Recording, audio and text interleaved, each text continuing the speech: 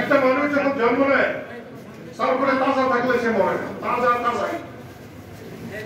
একজন মানুষ যখন পাস করে, কোনো লেখাপড়ার পাস করে, সে আর ফেল করে না, সেটা পাস। ম্যাট্রিক পাস করলে ম্যাট্রিক পাস, আইএ পাস করলে আইএ পাস, বিএ পাস করলে বিএ পাস,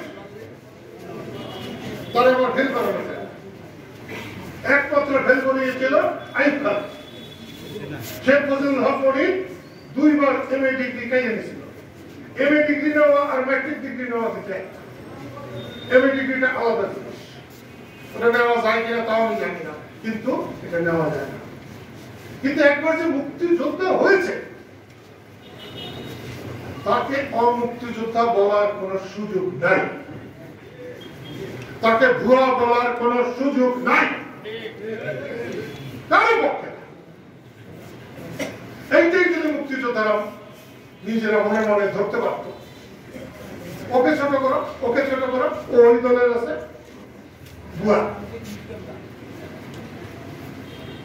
এখান থেকে ফিরে যেতে পারলে এখন আমি মনে করি মুক্তিযোদ্ধারা প্রচুর সম্মান নিয়ে মরতে পারবে এবং তার বংশধররাও প্রচুর সম্মান নিয়ে থাকতে পারবে। আজকে এনায়েত করিমের এই স্মরণ সভায় তোমরা এইটা মনে মনে নিয়ে যাও, যার একজন মুক্তিযোদ্ধা হলে তোমার কি কামড়ায়, তোমারটা কি খায়। এখানে যতদিন মুক্তিযোদ্ধা আছে তার অর্ধেকের মনে মনে পিরপির আছে। পরশু দিনের আগের দিন আমার বলছি যে সম্মানে যদি কাইটা দেয়, আপনার ডেনে আসলে যদি কাইটা দেয়, এরকম করে ভাবে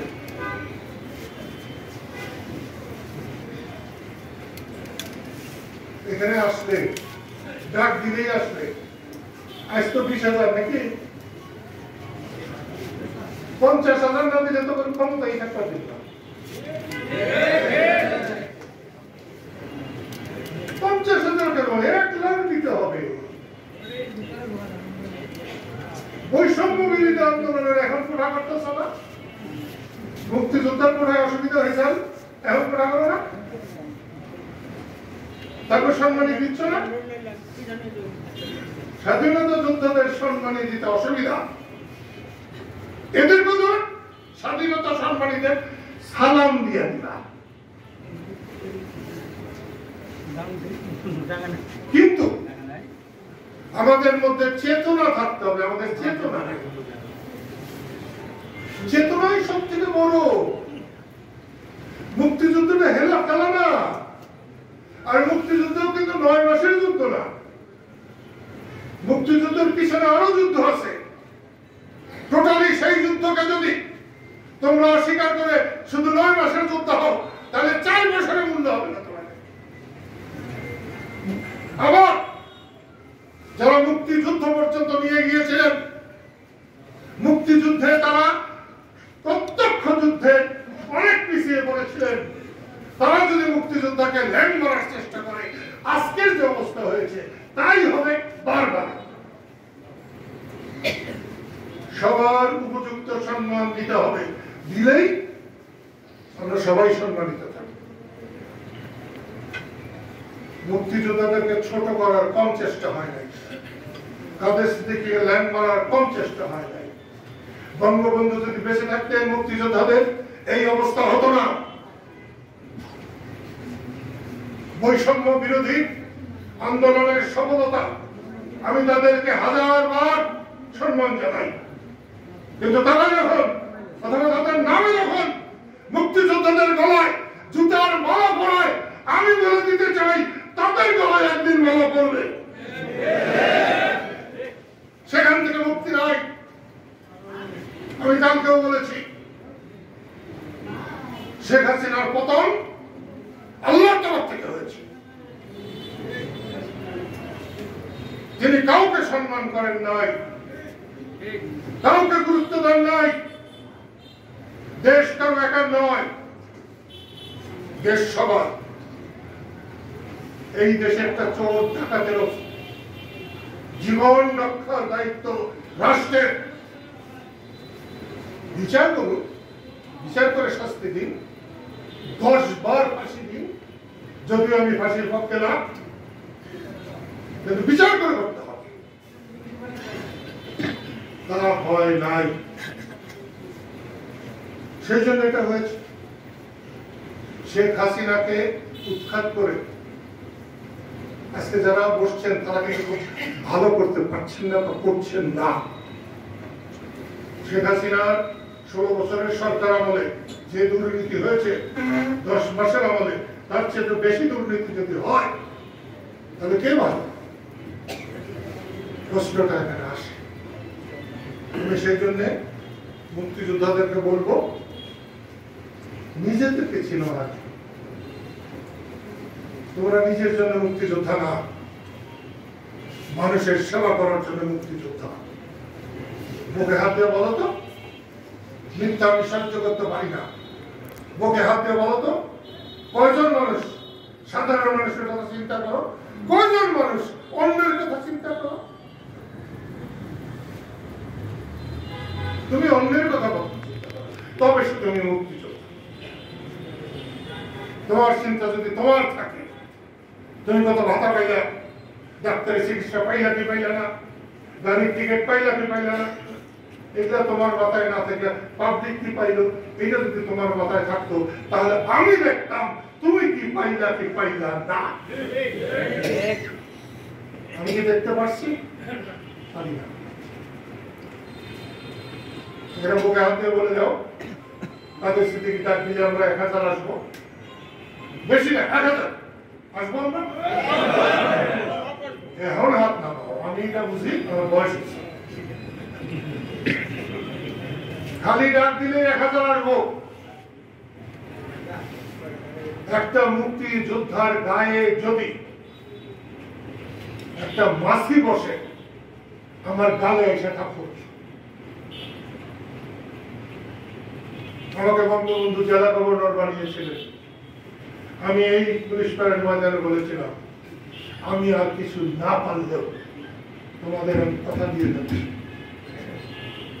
আমি যতক্ষণ থাকবো ততক্ষণ এই টাঙ্গাইল জেলায় ঘরের দরজা খুলে কেউ যদি থাকে, তার বাড়িতে চুরি হলে তার দায়িত্ব আমার। আমি যদি সে দায়িত্ব পালন করতে না পারতাম, আমি নাকে সে চুপকে মরে যেতাম। এত ভালো মানুষকে সুন্দরভাবে চালানো কোনো কঠিন কাজ না। মানুষ হাঁস মুরগি পালে, গরু ছাগল পালে, আর মানুষ তো মানুষকে ঠিকভাবে বলতে পারলে, বুঝাতে পারলে, আল্লাহর শ্রেষ্ঠ জীব মানুষ, আশরাফুল মাখলুকাত, তাকে ঠিক চালানো কঠিন আছে। সেই জন্য বলছি, এরপরে তোমরা নিজেরা ইউনিয়নে থানায় থানায় বসে চিন্তা করো, সেটা কি সমস্যা, কি অসুবিধা, ওগুলোর মাপার দরকার নাই। হিমালয়ের চাইতেও ভারী সমস্যা হলো, আমরা সেটাকে মোকাবেলা করব। কিন্তু 1000 তো আসতে হবে নাকি? ছেলে মেয়ে নিয়ে আসলে তো 5000 হইতে পারে, 1000 হলে। আমি এখন একটু অন্যদিকে যাচ্ছি। সেদিকটা হলো, তখন বাজে 3:45 আমি অজু করতেছিলাম। কে বক্তৃতা করতেছিলাম জানি না, সে অন্তত 5 বার পাক বাহিনী বলেছে। পাক বাহিনী আসলে কি হানাদাররা পাক বাহিনী? মানুষ খুন করলে, মা বোনের সম্ভ্রম নষ্ট করলে, বাড়ি ঘর পড়িয়ে দিলে, তারা পাক পায় না, না পাক। আমাদের মুক্তিযোদ্ধাদের গন্ধেই যদি, মুখে যদি পাক বাহিনী থাকে, তাহলে আমরা যাবো কোথায়? এই অসচেতন মনোভাব কিন্তু আমাদের ধ্বংস করছে। আমি গত 14 বছর শেখ হাসিনার অনেক সমালোচনা করেছি, কিন্তু আজকেও শেখ হাসিনাকে যদি কেউ অন্যায়ভাবে অবিচার করে, আমি সবার আগে তার সামনে গিয়ে দাঁড়াবো। সে বঙ্গবন্ধুর কন্যা। আর আজকে যত লোকে ফটক করুক, বঙ্গবন্ধু না থাকলে বাংলাদেশ হইত না, বাংলাদেশ না হলে এই দালাল গুলো হইত না। আপনি বঙ্গবন্ধুকে মানবেন না, জিয়াউর রহমানকে মানবেন না, মুক্তিযুদ্ধ মানবেন না, স্বাধীনতা মানবেন না, আপনি বলে দ্বিতীয় স্বাধীন করছেন।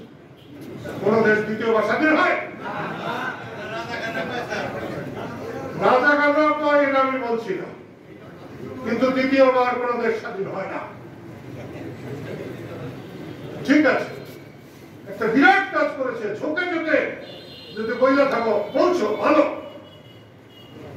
শেরে বাংলাকে বাদ দিয়ে, মৌলানা ভাষাটিকে বাদ দিয়ে, হোসেন শহীদ সরওয়ার্দিকে বাদ দিয়ে আজকে বৈষম্য বিরোধী না, এটা বুঝতে হবে। আর সে যত বড়ই হন, সবাই মানুষের সেবক, আপনারা কেউ মানুষের মালিক। এই মালিকানা ছেড়ে দিতে হবে। সেই জন্য বলছি, মুক্তিযোদ্ধাই যদি পাক বাহিনী করে অসচেতন ভাবে, তাহলে আমরা কোথায় গিয়ে দাঁড়াবো?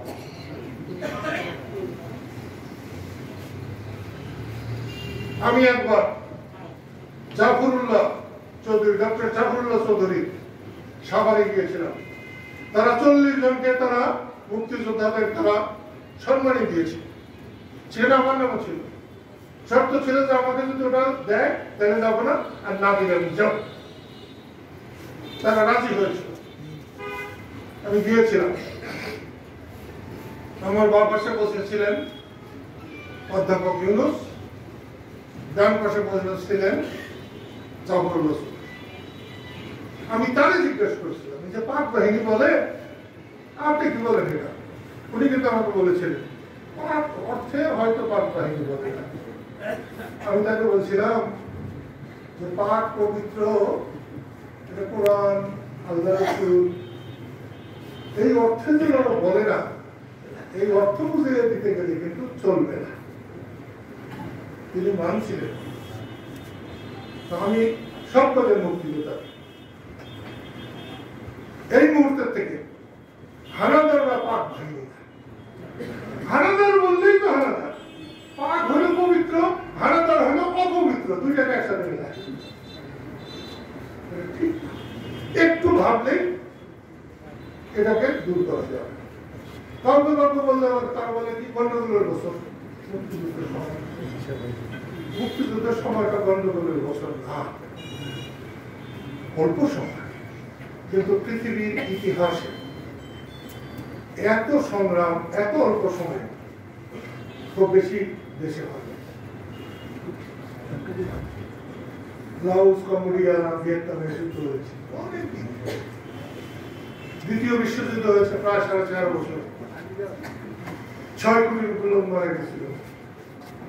বঙ্গবন্ধু বলেছিলেন এত অল্প সময়ে, এত ছোট জায়গায় এত বেশি মানুষ কখনো মারা যায়। এটাই সত্য। সেই জন্য বলছি, একটা মিলল না। একজন মানুষ এত সুন্দর, এত বড় একটা জিনিস এনায়েত করিমের স্মরণ সভায় শোক এখনো শোক জানি, স্মরণ করে আসতেছে। একটা মানুষের মঙ্গলময় করবে এবং সে মানুষটা স্বাভাবিক না, এসেছে বাইরে থেকে জেলার জন্য। যাই হোক, এটা কোনো ভালো কাজ না। সেই কাজটা আব্দুল্লাহ নিজে যে বের করে দিয়েছে। তোমাদের 90 জনের নয় জন্ম হয়েছে, কিন্তু এই কাজটা ছিল সবচেয়ে। একটা নামাজ নষ্টকারীকে তাড়িয়ে দেওয়া যেমন, এটা ঠিক তেমনি। তাই সঠিক জিনিসটা আমি তোমাদেরকে ভাবতে বলছি, করতে বলছি, বুঝতে বলছি। আমি একটা জিনিস বলবো, আমার স্ত্রী একেবারে সাদা মাটা মানুষ ছিল, একেবারে স্বামী স্ত্রীর জীবনে অনেক কাটাকুটি থাকে। অনেক বউরা ভাইদের জন্য চায়, গাড়ি চায়, বাড়ি চায়, সোনা গয়না চায়। এই মহিলা আমার কাছে 200 টাকা স্যান্ডেল ছাড়া, 300-400 টাকা তাঁতের শাড়ি ছাড়া কিছুর কথাই বলতো না। আমার মেয়েরা আমার কাছে 100 টাকা চাইতো, আপু টাকা দাও, ছোটটায় টাকা চায়, কি দিব? 20,000, 20,000 দুই বোন। তার হয়তো আধা ঘন্টা পরে বেগম সব চাইতেন, আচ্ছা 5,000 টাকা দিতে পারবা, অমুক দেব। কত বলেছি যে তোমাদের তো টাকা থাকে, আমাকে বলার কি দরকার আছে? কিন্তু সে এটা করেছে। আমি পরশুদিন সখীপুরে যে কথাটা বলার ছিল বলতে পারি, আমার স্ত্রী বাংলাদেশে তো বটে, ভারত মহাদেশ অথবা এশিয়া মহাদেশে আরো পৃথিবীর আরো কোনো জায়গায় আছে কিনা, কারণ নির্বাসিত স্বামীকে সে দেশে ফিরিয়ে আনার সৌভাগ্য অর্জন করে নাই, যেটা আমার স্ত্রী নাসরিন করেছে। আজকে যাকে নিয়ে আলোচনা, সে এনায়েত করিম নাসরিনের সঙ্গে দিনের পর দিন, রাতের পর রাত, বাংলাদেশের এমন কোনো জায়গা নাই যেখানে ছুটাছুটি করে নাই। নাসরিনের আহ্বানে যে মিটিং হয়েছে, সেই মিটিংয়ে শাহজাহান ভাই গেছে, ফারুক ভাই গেছে, সেই মিটিংয়ে মান্নান ভাই গেছে, বড় ভাই রতেশ সিদ্দিকী গেছে। সেই মিটিংয়ে এখনো বেঁচে আছেন প্রাক্তন রাষ্ট্রপতি আব্দুল হামিদ গেছেন সাধারণ বক্তা হয়ে, জিল্লুর রহমান গেছেন বক্তা হয়ে, মেরু ভাই গেছেন কিনা আমি জানি না, নিশ্চয়ই গেছে, কারণ সে সময় টাঙ্গাইলের তো সবাই গেছে। এমন সৌভাগ্যবতী স্ত্রী এই উপমহাদেশে দ্বিতীয়টা আছে বলে আমার মনে হয়।